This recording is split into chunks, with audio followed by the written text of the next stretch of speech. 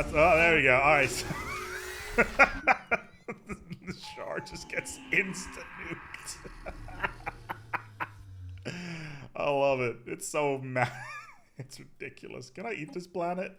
This video is made possible by Paradox Interactive.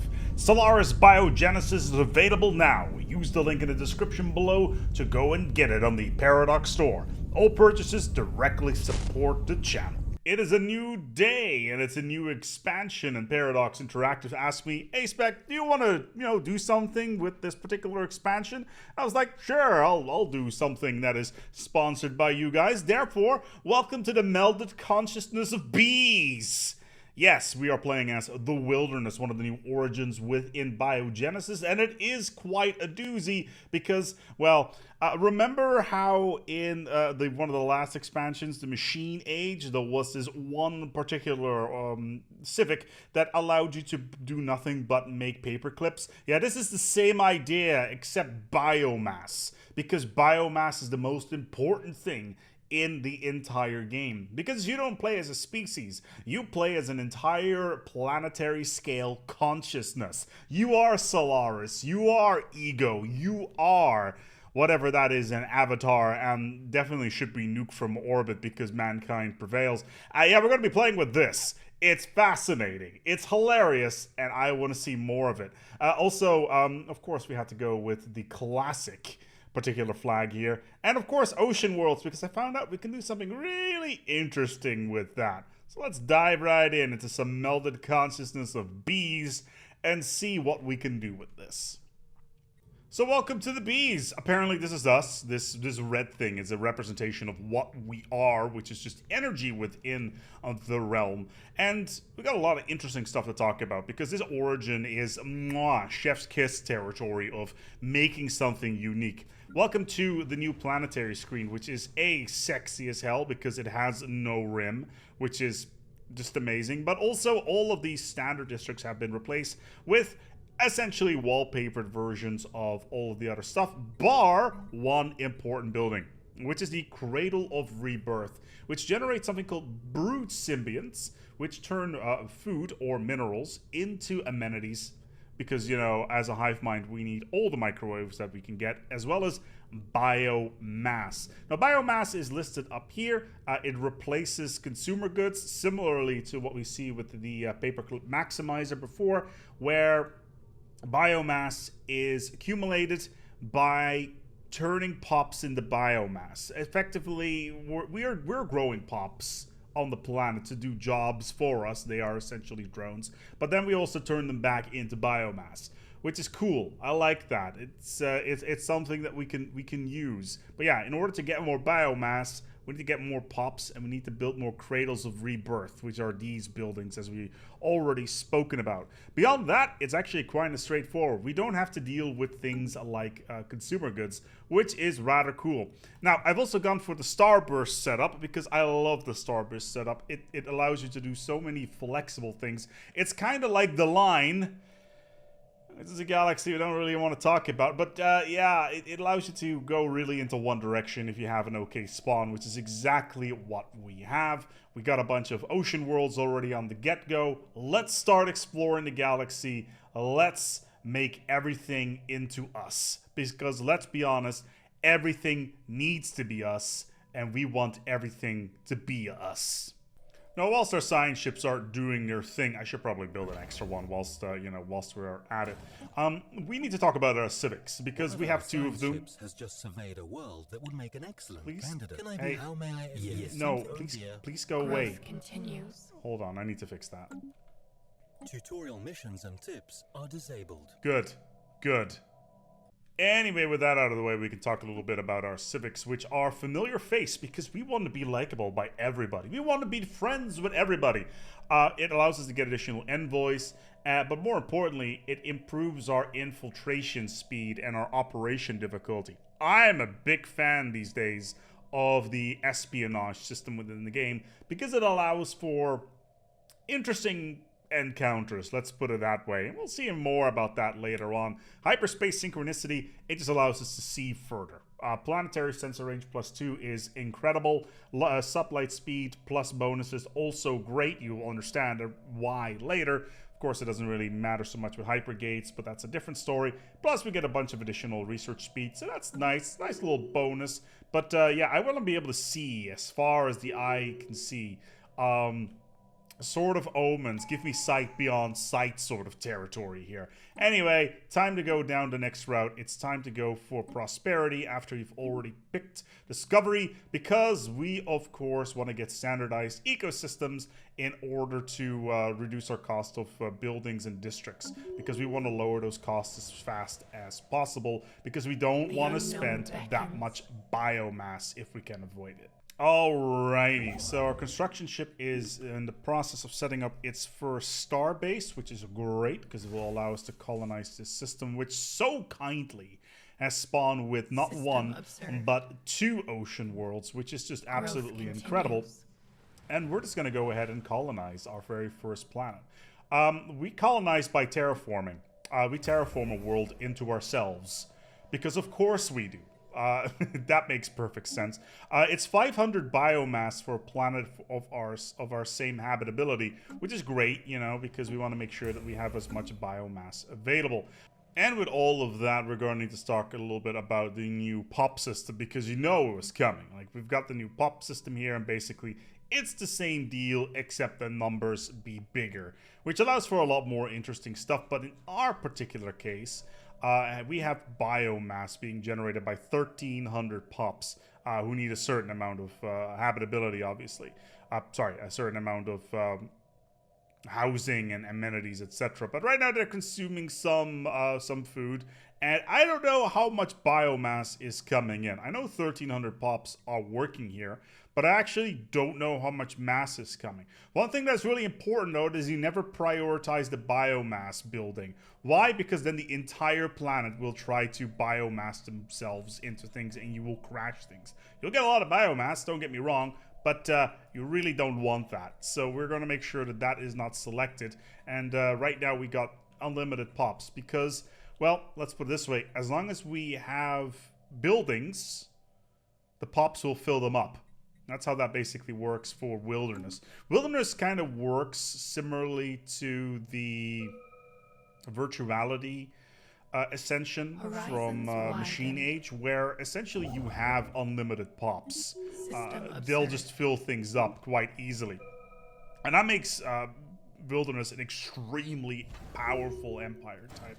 There's really not really a lot of stuff that can stop an empire like this if it starts rolling. And rolling it will if you're not careful. So yeah, extremely cool, can be extremely dangerous to other empires if you're not careful. There are standardized ecosystems. Good.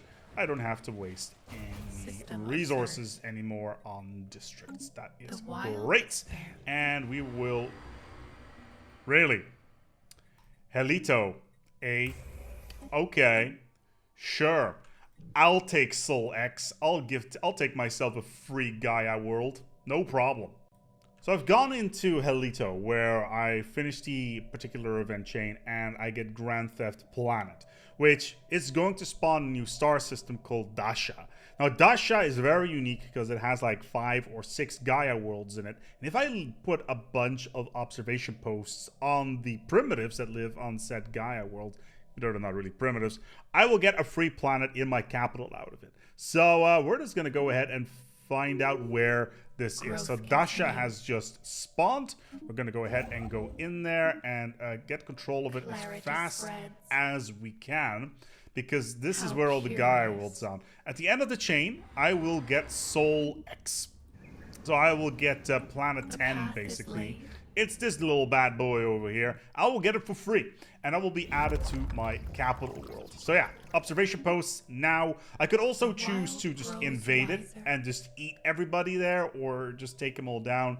It's not really that practical, and I may need them in the end game for a little something, but we'll get there when we get there. One thing that I do find a little bit annoying is if you have something within your empire, let's say you have a lithic world, right? A mineral world. you have the ability to specialize into that particular material within your empire. But you cannot initially specialize yet because you need certain technologies before you can do so. All it does is essentially add additional mining stations, or in some cases you can put some unique buildings on there, as well as robot assembly plants and that sort of thing. But considering there are some gateways on it, is kind of annoying, and I really wish they hadn't done it. There is a civic you can get to completely bypass that particular requirement, but still it's a little bit annoying. Let's put it that way. I wish they didn't do it. Well, there it is. They want to give us a planet. They basically were like, hey, hyperspace technology is cool. We'd like to know more about that. And we're like, cool, yeah, that's fine. The wilderness is okay with this. We could try to take their secrets and steal their planets. But no, we will take Sol X instead. And Sol X will now spawn within our capital system. And there it is. They just casually moved it over. And there it is right there. And we will just go ahead and immediately try to colonize it. There.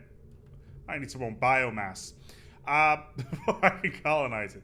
A little bit annoying. Nothing we can do about it at this moment in time. One thing that's also interesting is that energy is now a tradable thing on the market, because we have trade as a good that can be stockpiled and used to spend on things. Money doesn't really exist within the game anymore. At least it's no longer energy. It's now trade value. So we can just trade that. How does a single mind trade with itself on the market? I have no idea, but you know, this is a sci-fi game. It's a reasonable lifting of suspension of belief. Let's put it that way.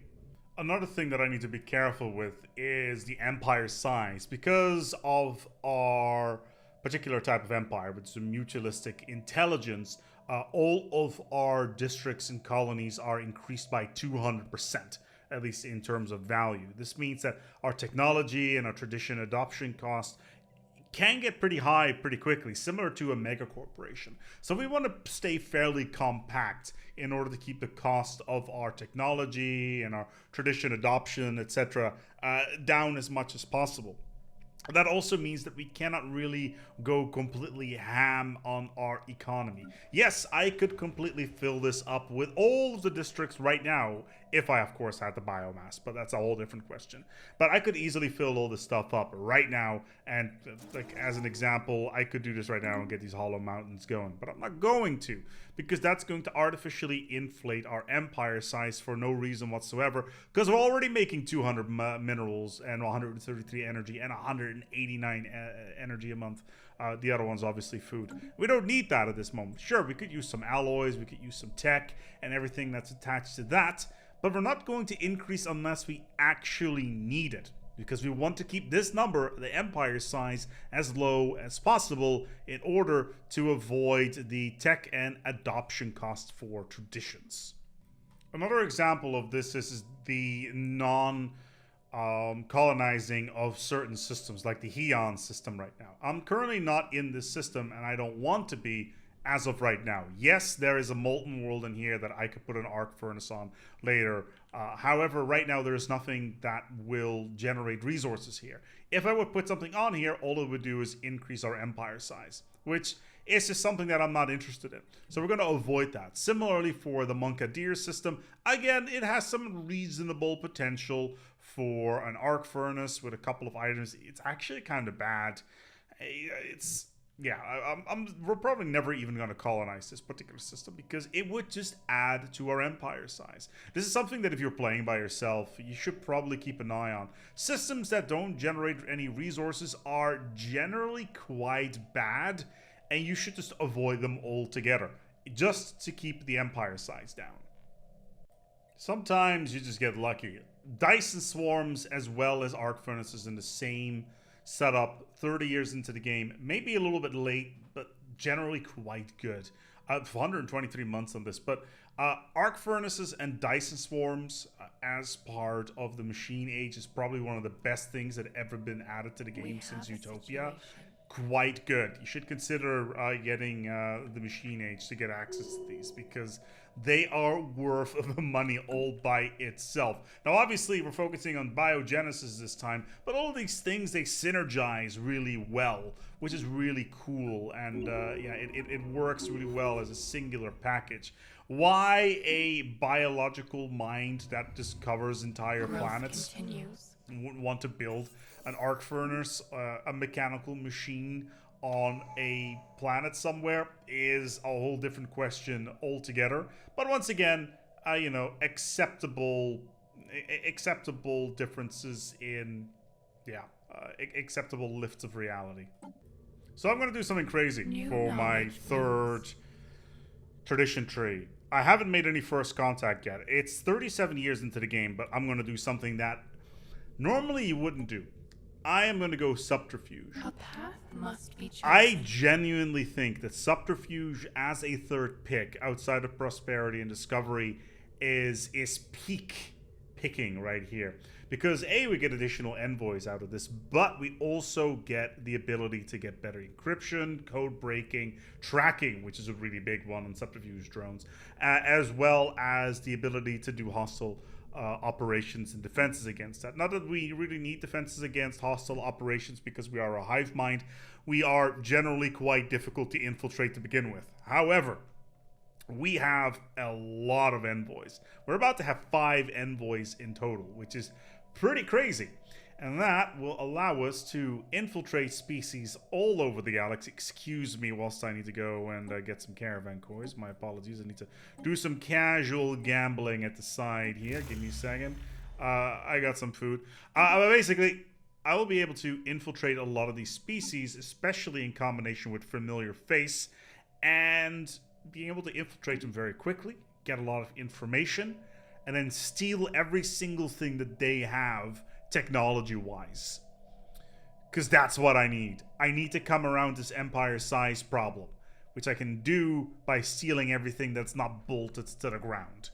Speaking of which, there is our first contact. Let's see where they are at. They're actually... Why are they all the way over here? It doesn't matter. We're going to go set up a spy network immediately, because they are now pedestrian because of our familiar face, obviously, but also because of the very first steps that we have taken. We got ourselves now a spy network, which will allow us to get everything that we need from their empire, their weapon systems, everything basically that is important, as well as everything that is around them. And now we can start to play the galaxy a little bit. How are we going to make things? This is, by the way, this is a hand, not a spaceship. The roots of wisdom deepen. We can start messing around with the politics of these empires. Make them fight amongst each other. Make them weaker for us to get ready to take their worlds and make them us. Not ours. Us. The wilderness. Bees, basically. Oh boy, another first contact. And of course, they immediately give us the rivalry status because we're equivalent to them. They're also really next door to us, and they've got a lot of planets. I don't even know what kind of species do I like. They are ocean world, eh? Interesting. The path is laid. I too am ocean world. Fascinating. Maybe I should do something about this. This could be something interesting in the long run. Espionage. Let's start a smear campaign, shall we? Let's smear them versus these other Xenos. Maybe we can get something cool out of it. Maybe we'll declare war on each other. That'll be fun. And here are the specialties that I was talking about earlier. Specialization is available because I finally unlocked it, and I've got a few of these orchard forests on the planet. Basically, I can get a bloom. Try to say that 10 times really quickly. And basically, it will allow us to get 3 additional district slots, which we can then use to basically build a bunch of food support buildings, so some additional farms. Also, I just noticed this planet is running at a 19 energy deficiency, which is not great. So we're just going to add a casual photosynthesis field. And on top of that, we're going to add an additional planet size slot for 4,000 minerals, because that's the thing that we can do. We can just have a bicycle pump to inflate the size of this planet. Oh, by the way, we're done, and now we can just add the nutritious Dell or the subterranean cache. Nutritious Dell just adds a bunch of food stuff, so that's useful. Very nice. Just more food basically on the planet. They're like pseudo districts in some way, shape, or form. Also, my spy network now can see entire empires, so that's cool. And this empire is looking to declare war on us. That's not so cool. Whilst preparing for that, I just noticed that we should probably talk about the new ship design, specifically for the biological ships.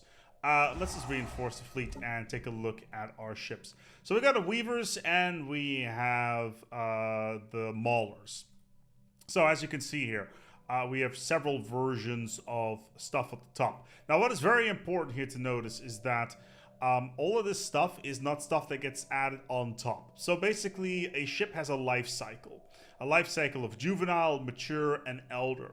When a ship first spawns, it gets the juvenile setup. So in this particular case, it gets a bunch of kinetic weapons, an energy burster, which is some point defense. It's basically flak, okay? It's flak. That's what it is. Then, as soon as it grows, because yes, it grows, it matures into a mature version, which has a little bit more firepower, it has some additional accelerators, etc. Then, if once you unlock the technology, it can grow into an elder. It will lose all of this stuff, by the way. It will just have all of this stuff on the next level. But basically, with every single growth cycle, it will become more powerful. The Maulers are in the same sort of boat. These are very much point-blank range, torpedoes-esque things. The larger the enemy is, the more they'll eat. That's basically what it boils down to. But they very much work like normal ships, except they've got all of these different slots in different pages. And every single one of these weapons are a little bit more powerful, I would say, than the normal metallic ones. But yeah, this is some of the stuff you want to keep in mind. It's very cool, very interesting. And if we go to one of our fleets and basically look at one of our ships, we can see that this particular ship is slowly but steadily growing. It has a maturation cycle. It needs to grow into a mature weaver, but it's not quite there yet. So it needs to grow slowly over time to become a big boy, basically. It needs to drink all of its milk.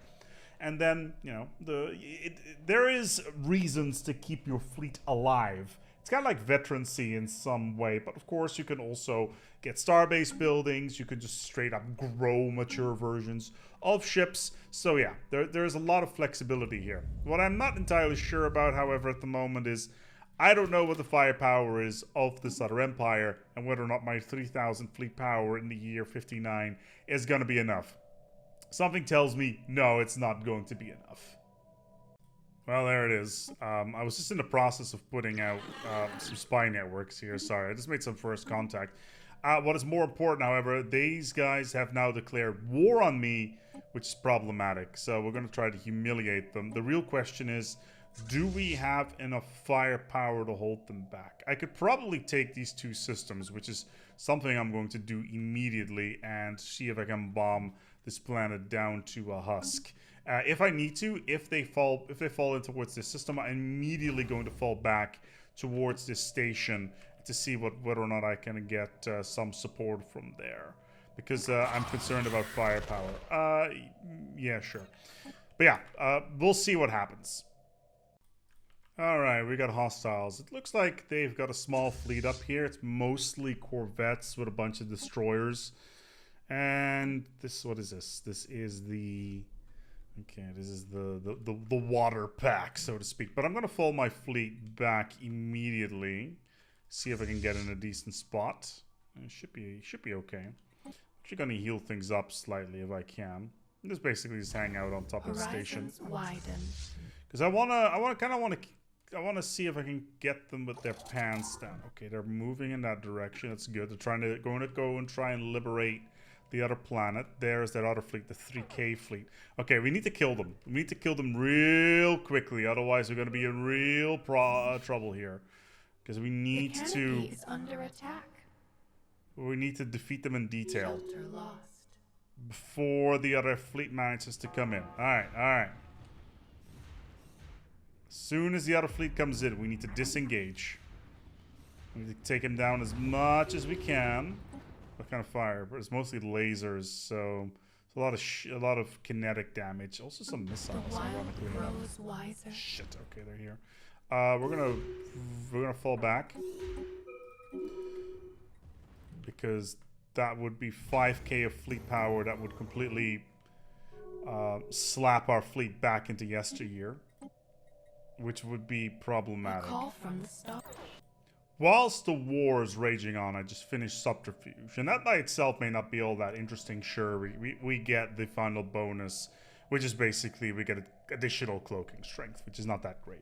However, we do get an empty ascension perk slot, which we can use for biomorphosis, a purity tradition, and basically this is going to make our empire on steroids, because it was going to allow us to do a couple of very, very interesting things that we will see shortly. Well, first of all, whilst all that stuff is running, we have the Biomorphosis event chain. Now, for those of you who are familiar with the Machine Age, this is very similar.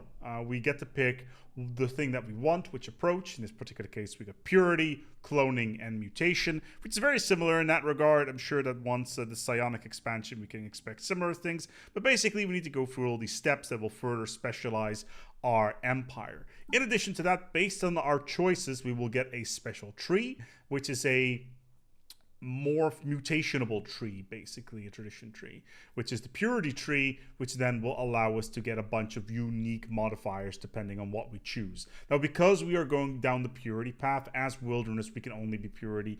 There will be a set amount of stuff that we can do, which is unfortunate because we can't go a little bit of cloning, a little bit of mutation. No, we have to go full purity in this particular case. But this is the new way of how the biological extension works. At the end, we will have a shit ton of traits that we can spend on our empire and do some real kooky stuff, which you will see very shortly. Let me go and win this war first, shall we? I was gonna say, where is the enemy fleet, when I decided to foolishly jump into a nebula where 7,000 fleet power was waiting for me. Now, I have a little bit more than them, and if I look... oh no. They've got a reason. Maybe. I could be winning here. I'm not entirely sure. I'm losing a lot, let's put it that way. This is a little bit scary. Not entirely sure how this is gonna... Yeah, we've lost a few ships, let's put it that way. Let's just speed things up and then we'll see how it all ends up. New knowledge blooms. Yeah, oh wait, no, they all jumped out. Oh, that's cool. Oh, and I won the war. Okay, that's nice. What did I do? Did I humiliate them?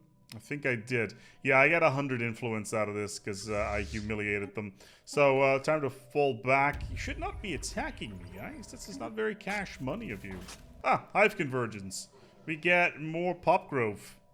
Good. Pop growth is something we need. Like, a lot faster. Yeah, I was afraid of that. So, the biomorphosis has stopped because we don't have gene tailoring technology. So, we're going to go ahead and fix that. We're going to get gene tailoring technology. How long is that going to take? It's 20 months. Like, in 20 months, we'll be able to continue the biomorphosis again. I would like to point out that previously I've had situations where it took a little bit longer than that, like 70 months in some cases, and I had to be really careful about things. So, yeah, that's why I know what's going on here. You want to make sure that you got enough of that technology up and running soon enough. I'm also not going to take my next tradition because I want to pile up the unity as much as I can so that once biomorphosis is finished, I will instantly get the... What's this? Shroud Touch Vessel, yes. I will instantly get the tradition tree, which I can then probably fill 3 or even 4 points in immediately, rather than picking one of the chaff ones, like, I don't know, synchronicity or politics or something along those lines. Like, some of those are really good if you want to go down the politics side and you want to control the Senate, or be the Senate for that matter. That's a really cool way of playing, but right now we need to get the purity chain as fast as we can. I just got a focus, an Empire focus. What is all of this stuff? This is brand new stuff. Basically, it will give us rewards if we do stuff within the game. Like right now, we've got Doctrine Fleet Support. That's really cool. But if we did some, you know, explorationary stuff or some developmental stuff, we could get all sorts of cool technologies like mega engineering. Basically, we can collect points by doing things like if we do development, like we hire an official or we finish a first contact, we get 10 points. If we get 100 points, we get a progression item. In this particular case, we would get adaptive bureaucracy. Isn't that cool? Or Federation Code or Starhold. But what you're really after is mega engineering or some of the other things in there. Completed focuses. Like we've completed a bunch of cool focuses here. But yeah, we want existential campaigns. Existential campaign. Which one is that again? I can't remember. Oh, right. That's the Murder Everything campaign. I see. And of course, Jump Drive. We all know what jump drives are, right? And there's also these cool timelines and stuff like that, so we can see what we've been up to. But we're not going to be looking too much at the screen from our perspective because all of these technologies, we already have them. And, you know, maybe we want to get some stuff later. They hire and confine. Okay, who is... Alright, so far away, there's a war going on where somewhere I'm not really interested all that much. Oh, these guys are hated by everybody as well. Oh, that's the good stuff right there. Yeah. Alright, where does this wormhole go? Not bad.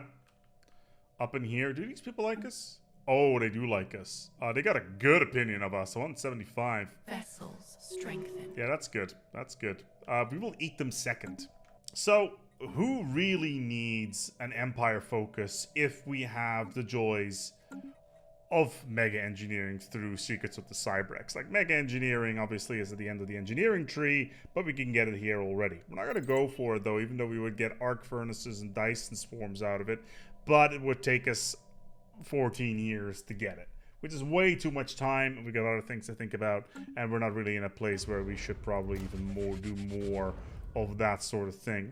We're just going to go ahead and upgrade some of this stuff. But yeah, some of the mega engineering stuff is really interesting to us in the long run, especially considering it's only 2278. And yeah, we'll see how it all goes, because right now we're just upgrading stations and infiltrating more people all the time. We should steal your technology. Give me your technology. It is my technology now.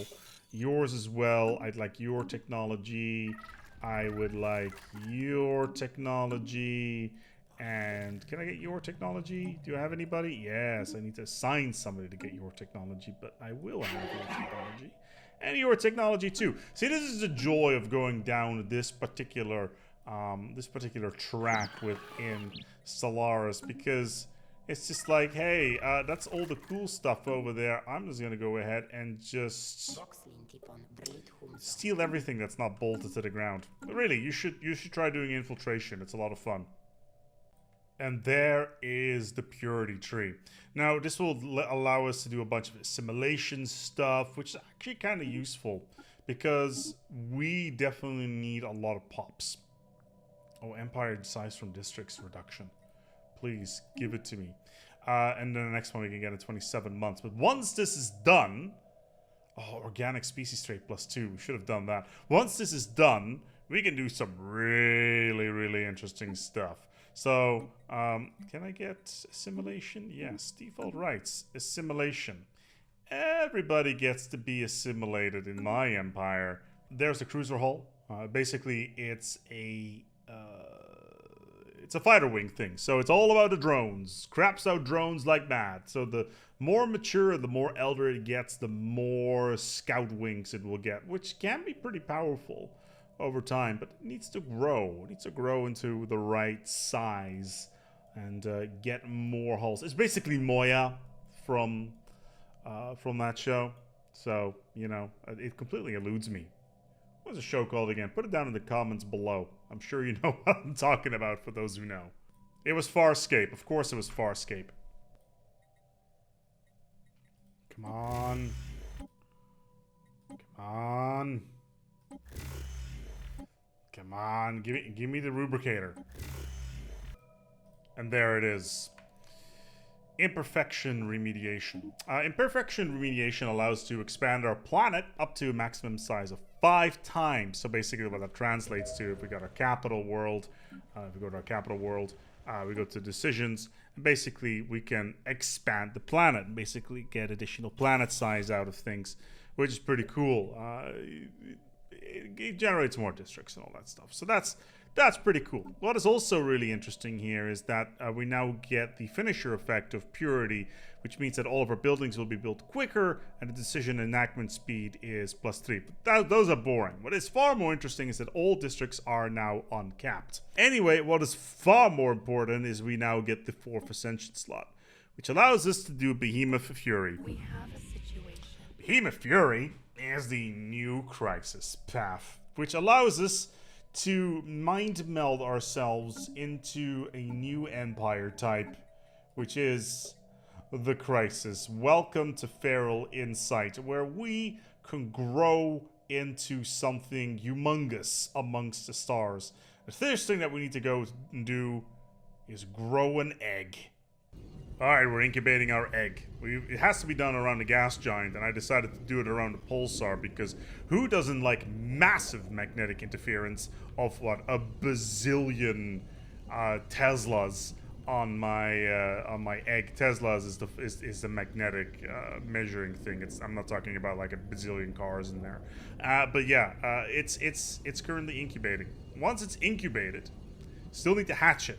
That's gonna require a lot of food, which is why we're gonna fill all of these up with orchard forests. We could probably fill up.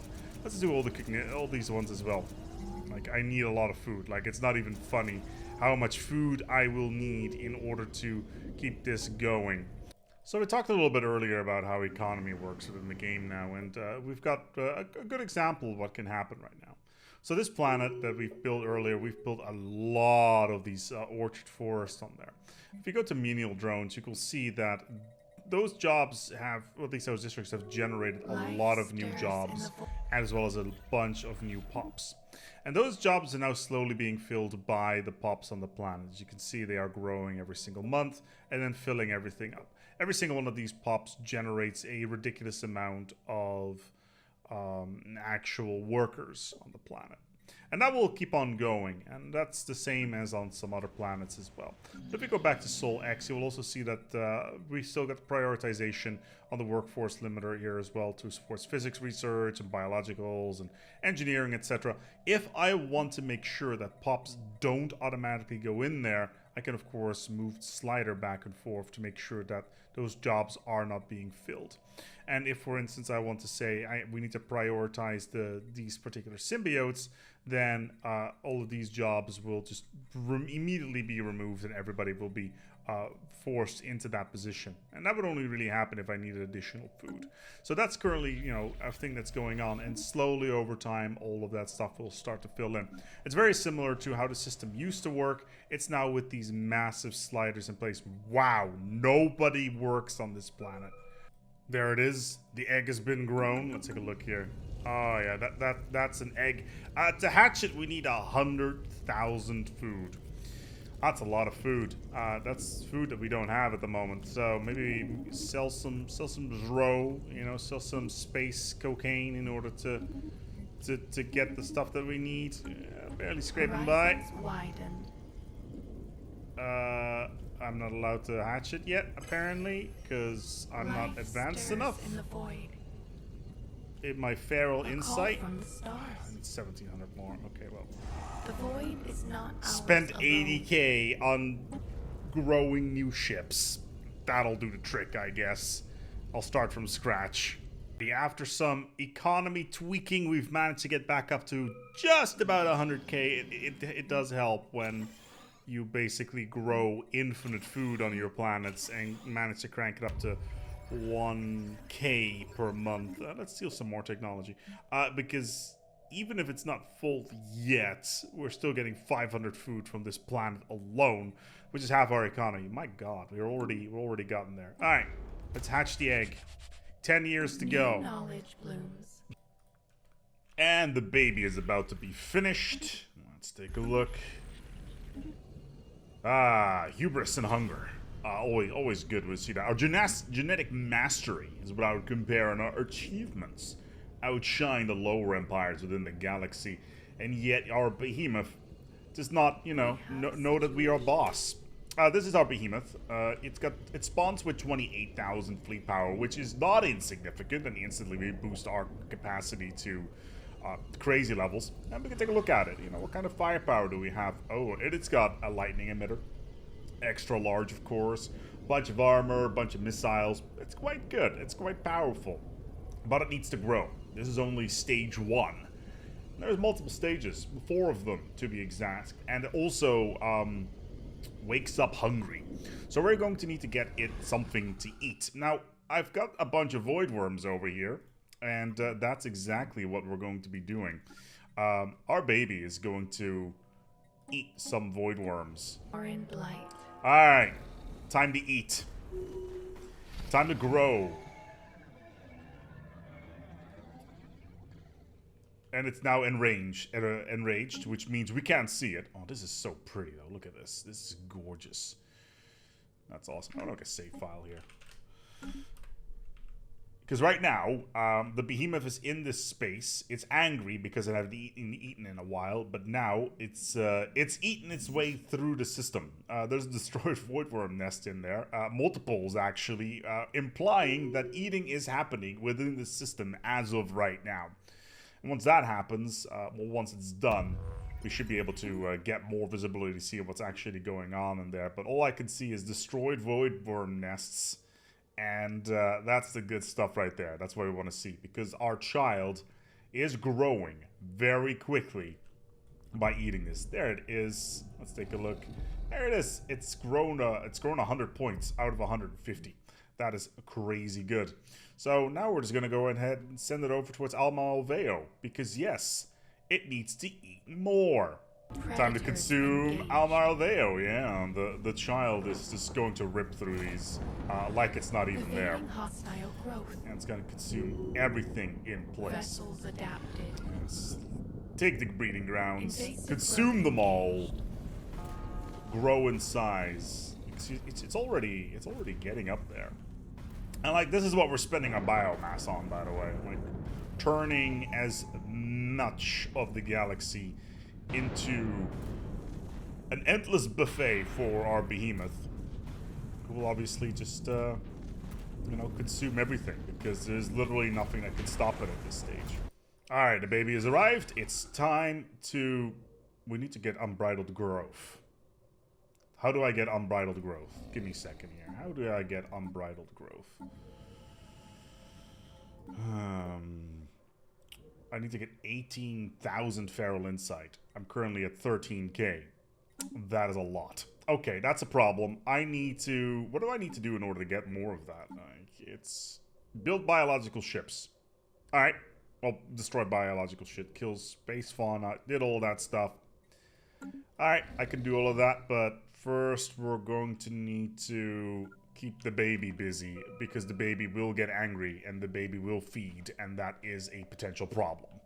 And there it is, 112,000 fleet power worth of critter, and it still needs to grow more. So, in order to make it grow more, we're just gonna go ahead and force it to grow more.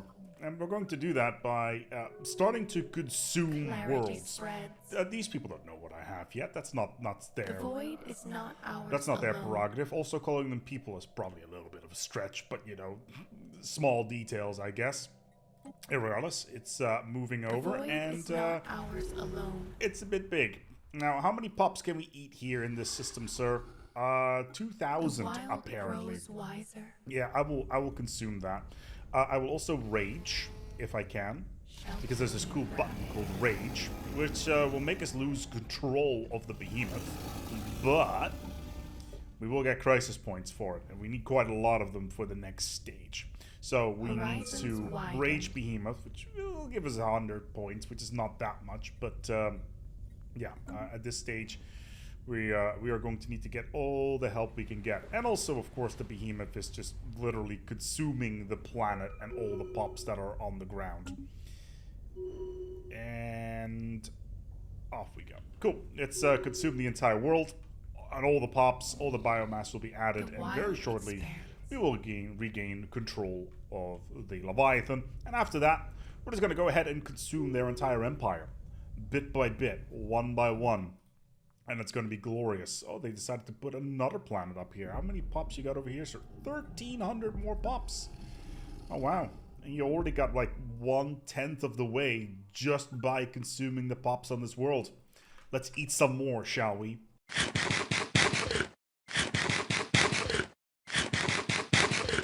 And the behemoth is now fully grown. It just needs to go through one more chrysalis cycle.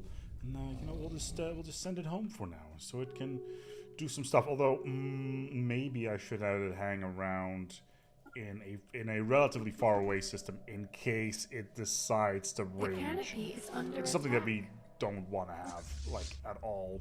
So one of the things that we need to do is we need to get Feral inside very quickly. And one of the ways of doing that is by building biological ships. Now, at this point in the game, especially if you're playing this type of setup, you should have tons of food already.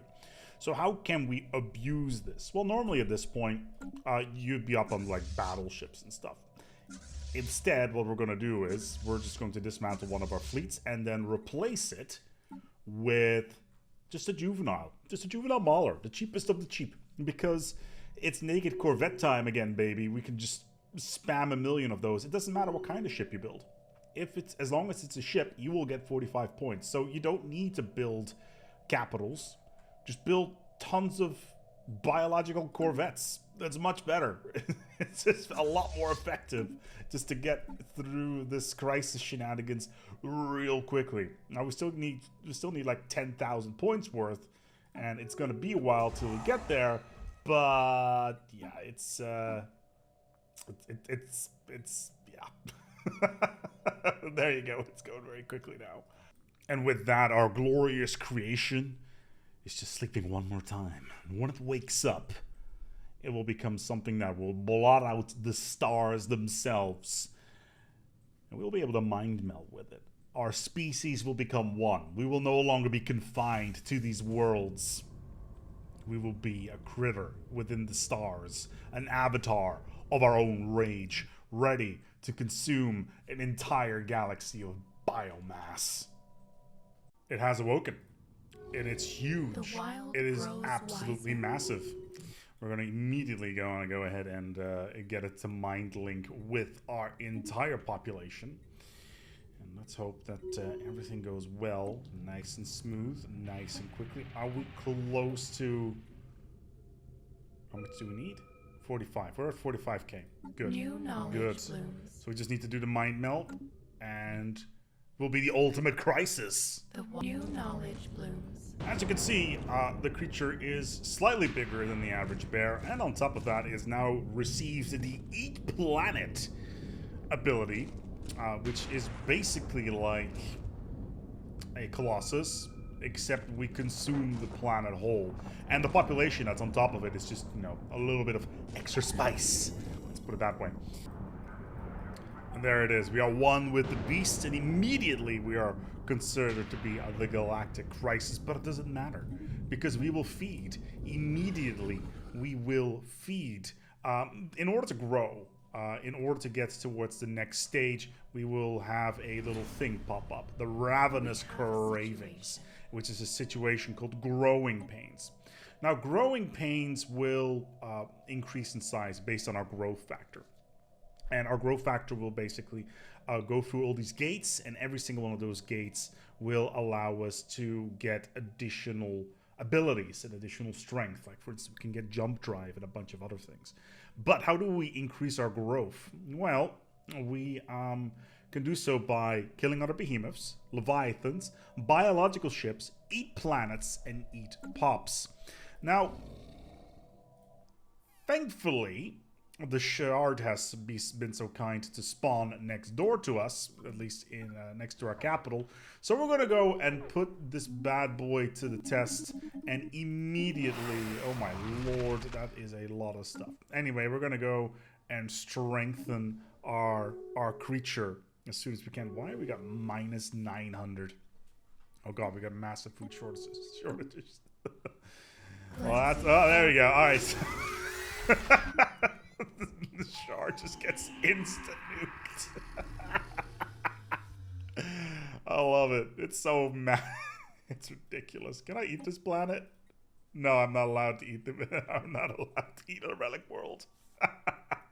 Thankfully, due to space being essentially Swiss cheese and us having a wormhole in our backyard, means that we can very quickly get to worlds, and we want to eat as many capitals as we can. Basically, the more alien worlds we can consume, the faster we will grow, and of course, the larger the population that's on there, the better, because we want to max out growing pains as much as possible. Right now, our growth factor is 24%. And also, if we don't do anything about it, the Elder Void Spawn will show up and eat us alive, which is obviously not good. We're going to go ahead and just consume as many worlds as we can, including habitats, apparently.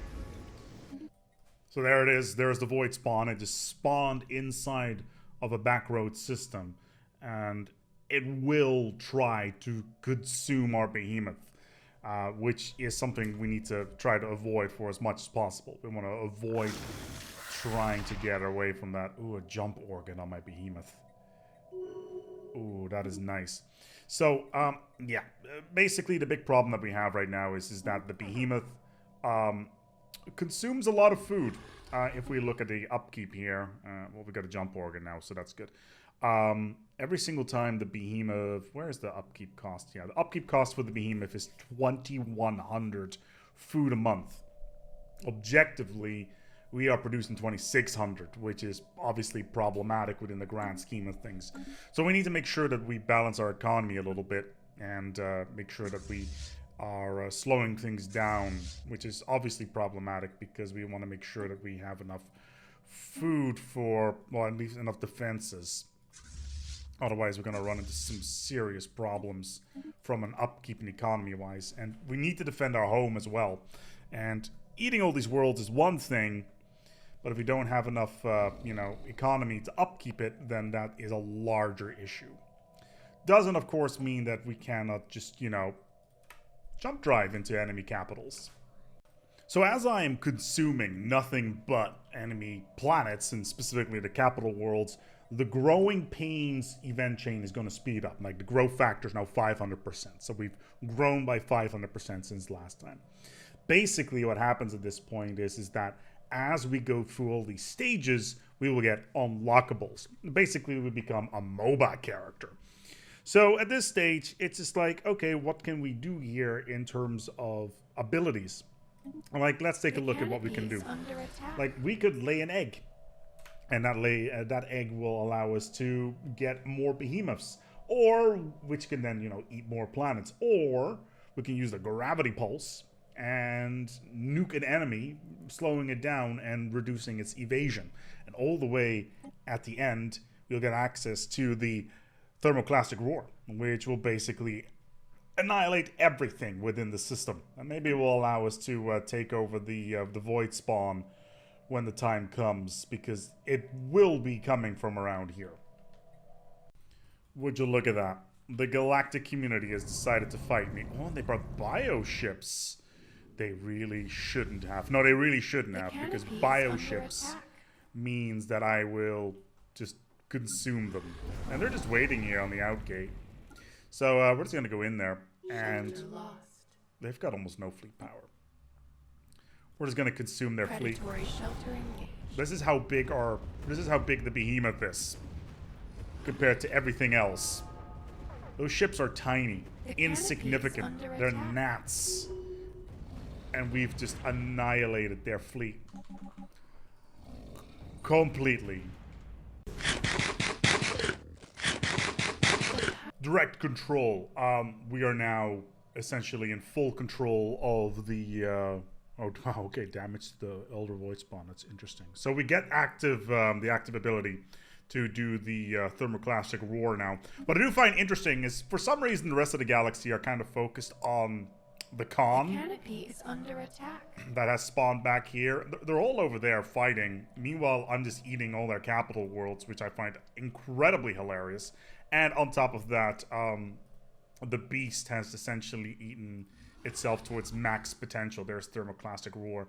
Need a bunch more food in order to make that possible, but I'm sure that we can float that by just buying food on the galactic market, you know, the same galactic market that doesn't want us anymore. But I think more importantly, I think it's time to go back to Dasha to consume all of their... Where's Dasha? Hold on. Did those all guys... Ah, there it is. To consume all of their Gaia worlds. Time to eat Dasha too. Let's see if they kick me out instantly. That'd be amusing. No.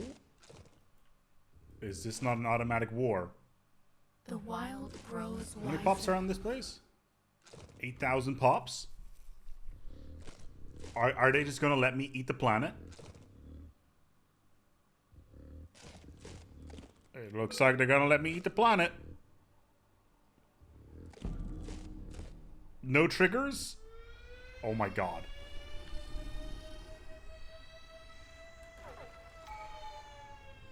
I don't think Dasha is programmed to not allow people to eat the entire all the planets. I just ate 8,000 pops worth of biomass. Like a whole Gaia's world. Can I eat the other Hilito 3A? Is there nothing stopping me from doing this? Oh, that's hilarious. I should have just done this immediately at the start of the game. Pro tip, if you have Hilito within your empire Predators spotted. and you start with the behemoth, just consume it. Just consume the whole thing. Eat it. They won't respond. Alright, it's time to go and take a look at what the void spawn is up to. Apparently it's around here in this system, which bit crazy, but whatever. We're just gonna move in there and see if there is anything that we can consume. We'll just take a shortcut and just hyper jump into place, which is obviously not a good idea, but you know, you get the general idea.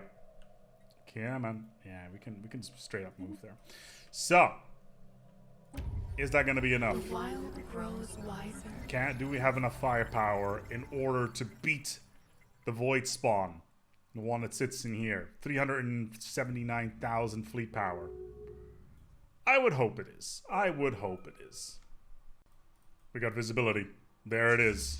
It's got a super angry face as its icon. Life stirs in the void. Awakened Elder Void Spawn. The hunters, basically. Look how pretty it is. It's a bit far away still.